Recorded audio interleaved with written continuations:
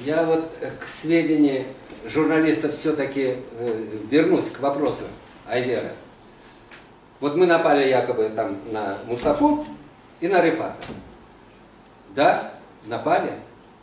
Потому что в национальном движении, Айдер, не было предателей. Если ты помнишь, а ты помнишь или нет, не знаю, в 1968 году у нас во всем народе было 17 предателей, которые подписали их официально, народ назвал предателями. Письмо 17. Письмо 17, да, которые они выступили против чаяния народа и хотели узаконить, понимаете, на местах ссылки этот народ. И больше не было. А тут в течение 20 лет, под всяким предлогом, при помощи именно государственных структур, Айдерджи.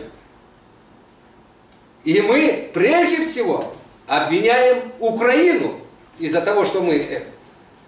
Но без этих предателей они бы не смогли с народом не справиться. Ты представляешь, в чем дело? Вот основа в чем заключается. У кого какие вопросы еще? Пожалуйста, есть желание? Давайте любые вопросы. Как